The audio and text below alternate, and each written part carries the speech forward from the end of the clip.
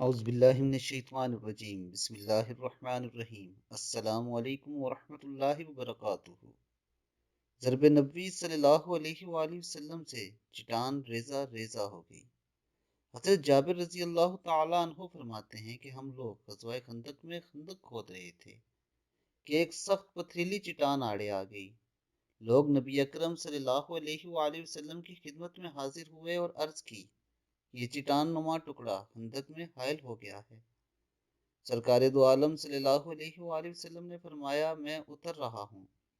اس کے بعد نبی پاک صلی اللہ علیہ وآلہ وسلم اٹھے۔